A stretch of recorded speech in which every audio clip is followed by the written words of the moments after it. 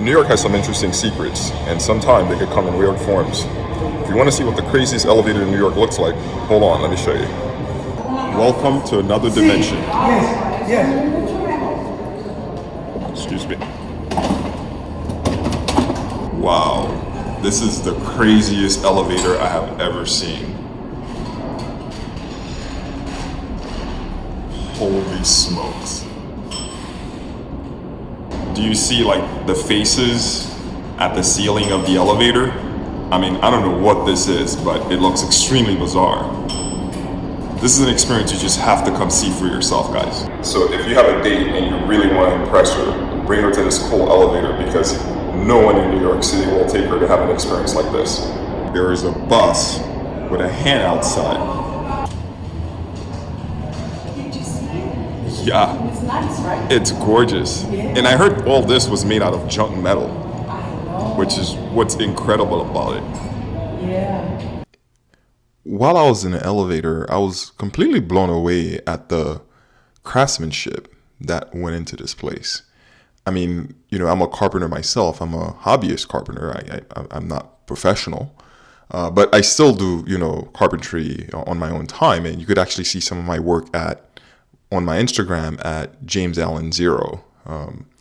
But anyway, I was really blown away as a hobbyist carpenter to see like the metal work that was done at this place. And, I couldn't help but ask myself some questions like, who did this? What's the story behind this? How long did it take them to build this? I mean, the amazing technique and dexterity that it takes to build something like that really blew me away. And I had the urge of finding out who was behind this, who was the mastermind behind this. And, part of being a scout is not just finding secret spots, but also finding the person behind the secret spot and, getting a story with them. So I started investigating. So I talked to people inside the building. I talked to security. I talked to the janitors. I talked to the doorman. I spoke to a lot of people and try to get the artists who did this, a contact, an email, and I got sent from one place to another. It was really a circle. But finally, I meet this security guy, and he tells me, the general managers of facilities across the street, he knows the artist who built this. His name is JJ. The artist's name is JJ.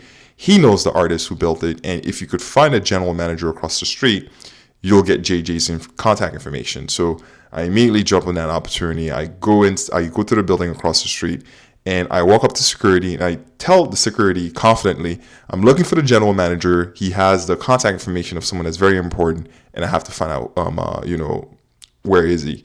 So security looks at me with this sort of like weird eye, like, what does this kid want?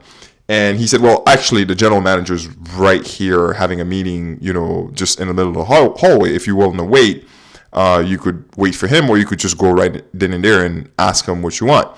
So, as a scout, you have to jump on these opportunities. So I immediately just walked straight towards the group that was, that the security guard pointed at. And, I sort of knew who the general manager was based on the description that the security guard had given. And I told him, listen, people across the street told me you have JJ's number. And I'm a scout. I really want to do a story on JJ. Can you give me his phone number?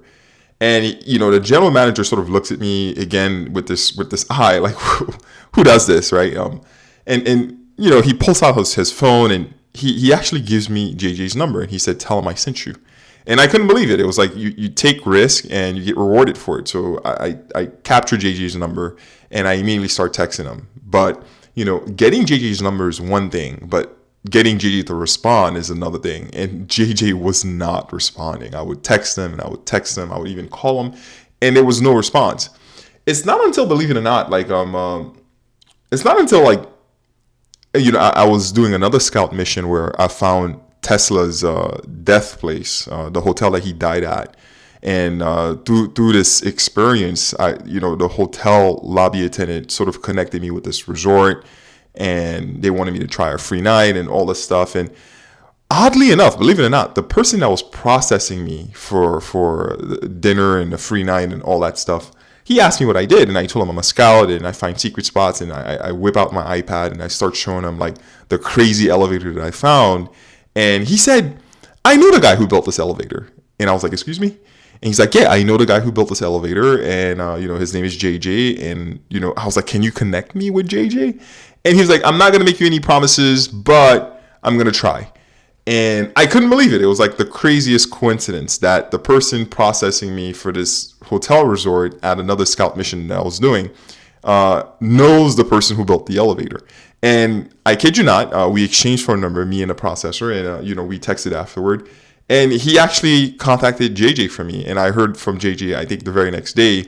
And we sort of connected, we spoke on the phone, and he agreed to give me an interview next week. And here is the interview. I'm not going to give you the full one in one episode because I feel that would be too long, so I'm going to give you a snippet of the interview, and I'm going to create a brand new video containing the full one. So here's the snippet. I hope you enjoy it.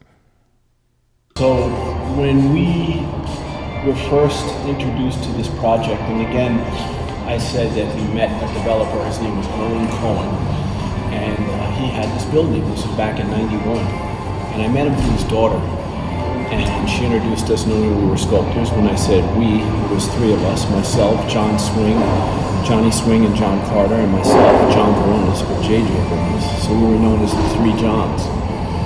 And he brought us into the building, and he only saw this small portion over here. This was all walled off. So he brought us in. So I'm not going to tell you what his secret spot is. You're going to have to download the Cityscape app and find out yourself. If you know any cool secret spot like this one, however, put it on a Cityscape app so that scouts like me could come verify it. That's it for this episode. I'll see you next time.